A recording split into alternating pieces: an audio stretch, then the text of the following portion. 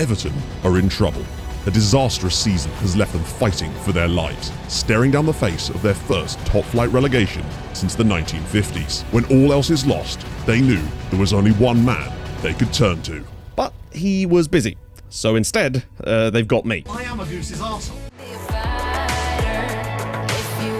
Welcome to the Red Zone, where we have just a few games to rescue a club from the brink of oblivion. This scenario is part of the Make This Your Next Safe project, and you can find a link to the download for this exact database in the description, and there's loads more over in the Discord, should you fancy a little challenge. Ideally, the plan for the future is to do these live over on Twitch, where chat will get to pick between 3 different scenarios at the start of the stream, and we will have to try and rescue the team that they pick. So if you want to catch those at some point when they do start, drop a follow, link in the description. However, I couldn't have a fun little scenario database like this just sitting around staring at me from on high without wanting to have a little mess around with it. As you can see, things not looking good for Everton right now. 5 points from safety with 10 matches to go. Some other teams around them at least have played a game more, but that doesn't exactly make easy reading for them to begin with. That said, there is at least several teams that are still within touching distance. You'll also notice, of course, that we are in 2032, 10 years into the future. Many things have changed. Many things. Liverpool are 9th in the Premier League. That's a thing that has changed. Kai Havertz is top scorer in the Premier League. That's a thing that has changed. Just going to give any Chelsea fans that might be watching a chance to just enjoy that for a minute. In future, the plan with stuff like this is that we're actually going to build a tactic on the fly with however many games are to go, because, you know, chaos is fun. But for now, I just kind of want to see how my MTK approach is going to work for a different side. So we're going to have a little bit of a leg up today, but also, you know, the whole 5 points from safety thing. That's the real handicap here. Don't think I haven't noticed those recent league titles for Arsenal. And at least our goal difference isn't that bad, although it is worse than every team outside of the relegation places. We've only won 6 matches all season, 17 defeats. I mean, I'm not a scientist, but that is a lot of defeats. I actually had caffeine this morning. I don't know if you can tell. Actually, I can't help myself. I want to see who's responsible for this first. Incredibly, Frank Lampard won them the FA Cup and was then sacked, presumably because of poor league performances. Wayne Rooney, I think, got them relegated. Man came back to his boyhood club and took them down. So the man responsible for putting him in this position is this chappy here, Jean-Michel Lesage, who was the former manager of, well, quite a few different teams, actually. He was a coach at Le Havre at the start and then became Niort manager. They came 8th last season. They were a top half side and now find themselves in the bottom 3. We need to have a look at this squad now. There has to be some reason why this is happening. Best player on the books, ability-wise, anyway, at the moment, is Ibrahima Bamba. Currently, a solid centre-back as it goes, actually. This is like a decent squad they've got here, honestly. But I can see the problems being that their top goal scorer has 9 goals in March in all competitions. That said, they do have Mr. Tickle in the midfield. So you know what? They'll at least go down laughing. Actually, there's even less goals on this team than I thought there was, because Kelechi Iheanacho... How?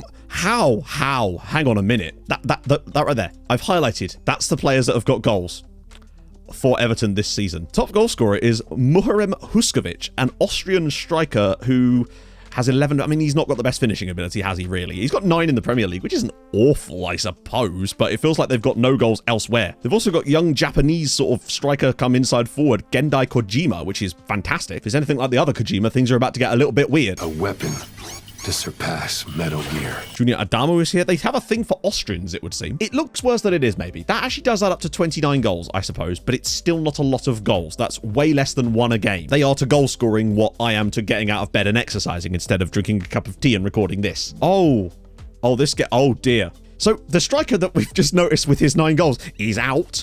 Jed Spence is also here and is out. This is slightly concerning. So their main striker is also now out at least for another month, especially as Jed Spence has actually been one of their better performers this season despite barely playing. But Nathan Patterson and Mikolenko still here. We haven't actually had the youth intake yet, but I'm going to be honest with you.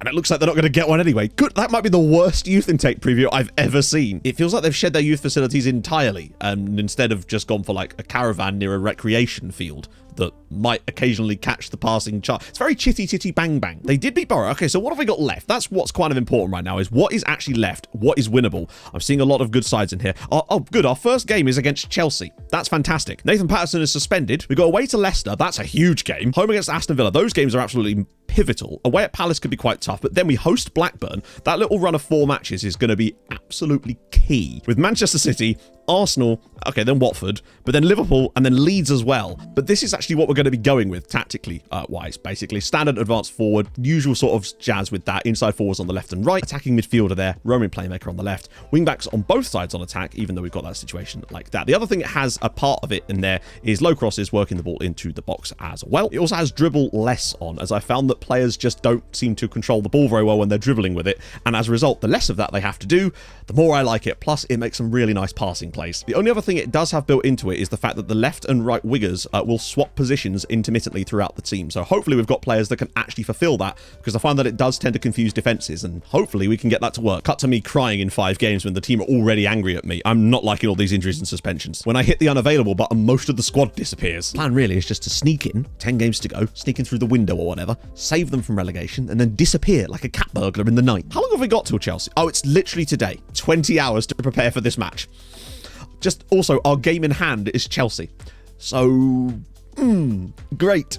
This is fine. What are you unhappy about? Work permit issues. Right. Worried about work permit issues? Man who is leaving. He's joining Lyon at the end of the season. Might not get in our team, given that he doesn't appear to even know what day it is. Monthly staff meeting? I don't need staff. I'm a one-man band. Like Dick Van Dyke in Mary Poppins. Now that the backroom staff have stepped in time, we move. At least the game isn't going to be televised, so our probably, let's be honest, humbling defeat is not going to be seen by the world. Well, it'll be on the Sky Sports YouTube channel, so I'm sure Tank Goblin 69 will have all sorts of things to say about my debut. We are in for a baptism of fire here, I suspect. But we are at home. We'll get the crowd behind us in the Bramley Moordock Stadium. You never know what can happen. Could be even worse than we think. Genuine question, though, is who is actually available for this game? Oh, that's a lot of dotted lines. that was some great links there. I have not seen that many dotted lines since the back of a menu in a little chef, like those little mazes when I was 6 years old. So Mattozinho, he's angry, he's confused, he's high. I don't think I want him in this team. Anyone that could replace him. You know what? Richard Roberts. How old is Richard Roberts? 21. That's fine. He'll be fine. I trust him more. Congratulations, my friend. It's not his debut. He's made a substitute appearance. It went well. I actually don't mind parts of our backline. Mikolenko, Bamba, and Guzman looks pretty good. Kartsev looks pretty solid as well. Ivesic is a pretty decent keeper, honestly. I think it just sort of gets worse the more you move forward, apart from obviously Gendai Kojima up top, who has 8 goals this season.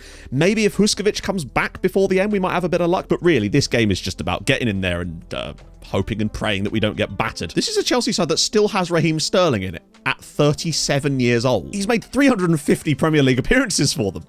Man's got 124 goals. First game in charge. We've got 10 games to save things. Tom Bramall is in charge for this game. Give me something, Tom. Penalty or something. First chance for us to get forward here. Start to learn this new style. Never mind, Chelsea win it back. Oh my God. What is going on? Havertz is already through here. Kai Havertz, 20 goals and nearly makes it 21. Where were the defenders? Loads of bodies in there. Raheem Sterling is blocked again and goes. Oh, good Lord. Okay, you lads are going to have to communicate to Roberts. If we can get to half-time at 0-0, I'd be very pleased with the lads, honestly.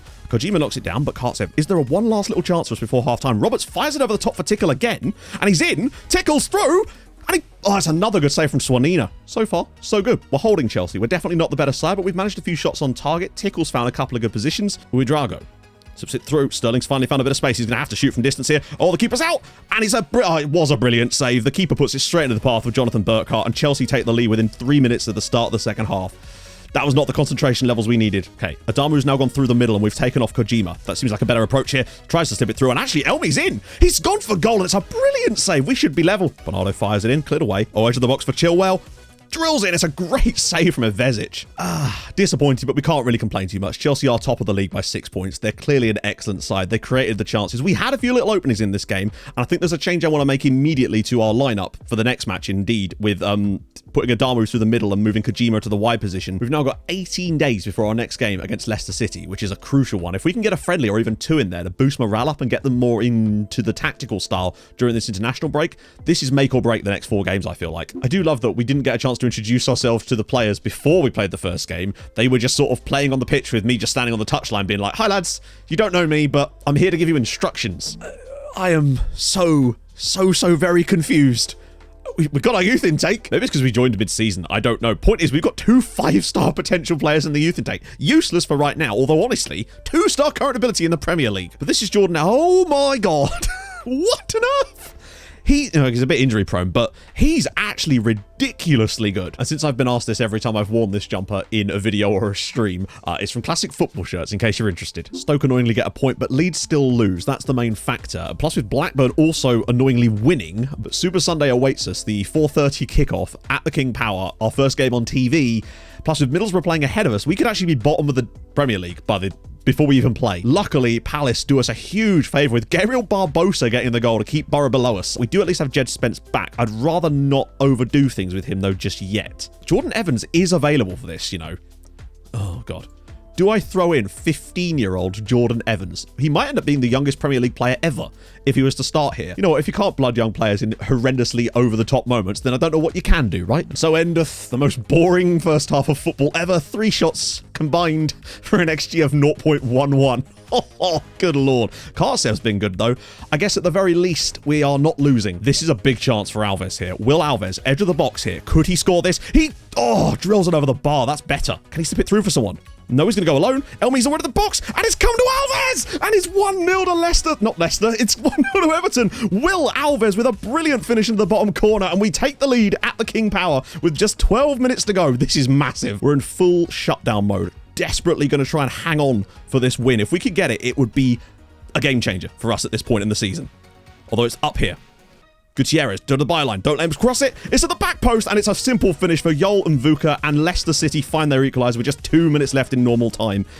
Oh, we've bottled it. We had a big chance and we've thrown it away. Talk about agonising. Wow, we thought we had it won with the 78th minute goal from Will Alves, but no, something to build on. But, god damn, that would have been such a huge win for us to get. If nothing else, it does move us a point closer to safety. The gap is now only 4 points, but it's still very, very tight, and we need to get a win soon. Tickle is going to be missing for 2 weeks as well, and Nathan Patterson also out. The injury's not great. Just us on Wednesday Night Football. Crystal Palace away from home. They're a decent team, but I don't know.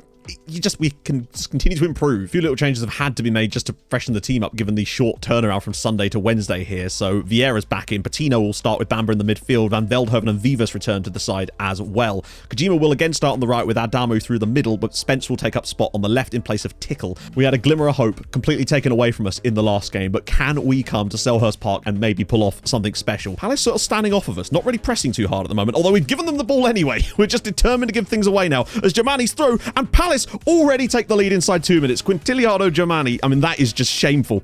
They were literally just standing off of us, letting us play, and we just gave them the bloody ball. When we get the ball off Palace in good positions like this from Vieira again, Palace are dwelling on it quite a lot. Vieira's into the box.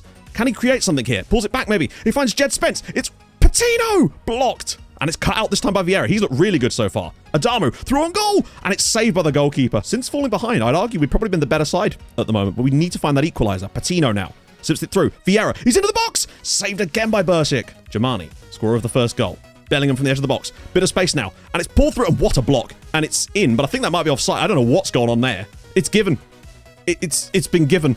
It's 2-0 to Crystal Palace. They've had 2 shots on target and scored both of them. The ball gets sort of held. I don't know how the defenders don't get something in there. Colwill puts him around the side. Evans has lost his man, and he's through, and it's 3. They've scored every single shot on target in the first half.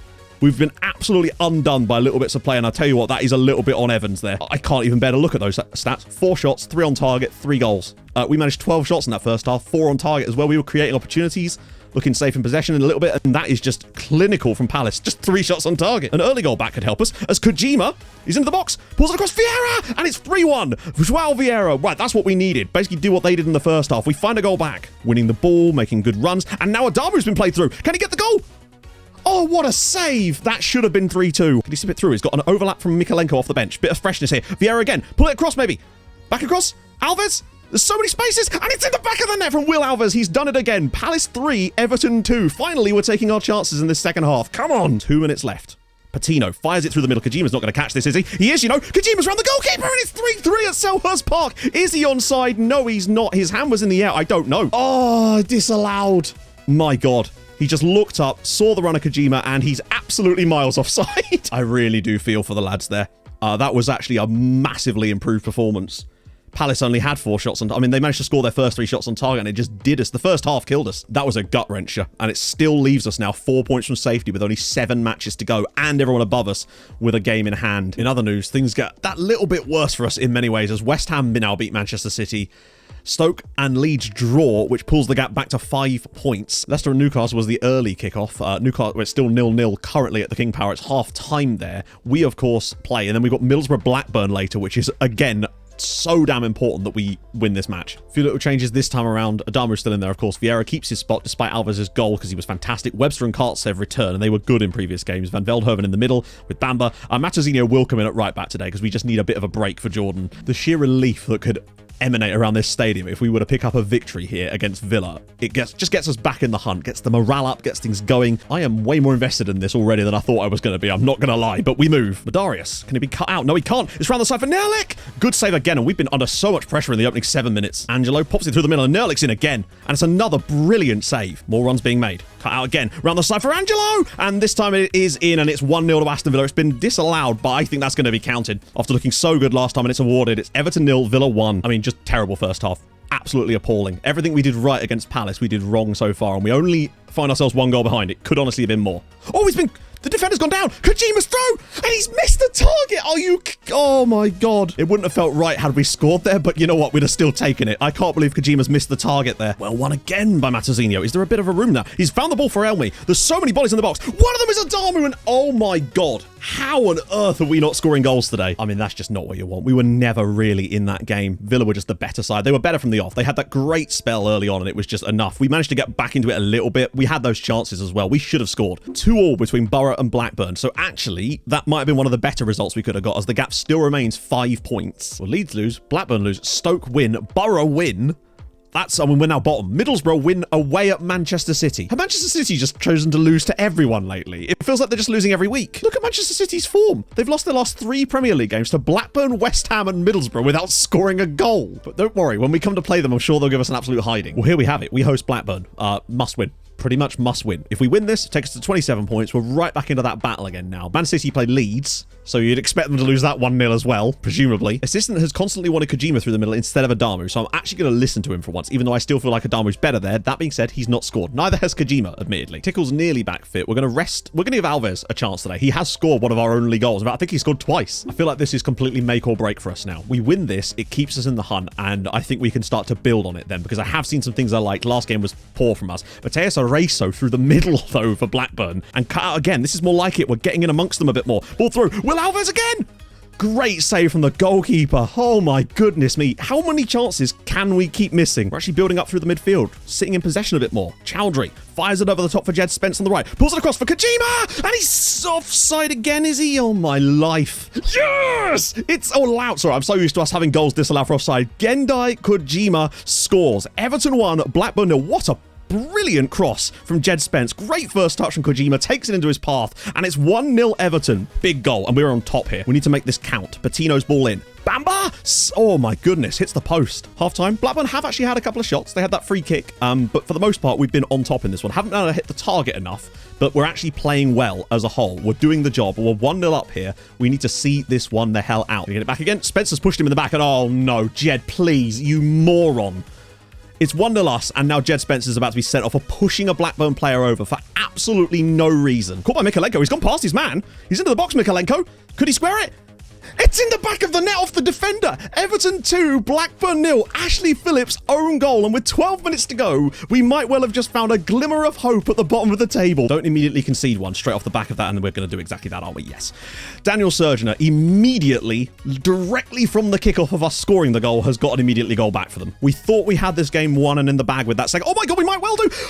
Adamu, he's through. He must score this time. And oh my God, sir. Sir, are you okay? Is it possible for you to hit a shot on target anytime this century? Scorer of the own goal, I think. And he's been brought down by Mikalenko. Oh no, not another one. We're down to 9 men. This right here, friends, tactic of the future. Don't know if you're familiar with it. Absolute tactic of the future. I very rarely do very defensive because I don't think it works that much, but I think right now we might have to. The other teams around us are all losing. We're going to get a massive win at the bottom. Come on, Charlie. Just chill. Nothing silly needed here. And he doesn't even need to take the free kick. Everton 2, Blackburn 0.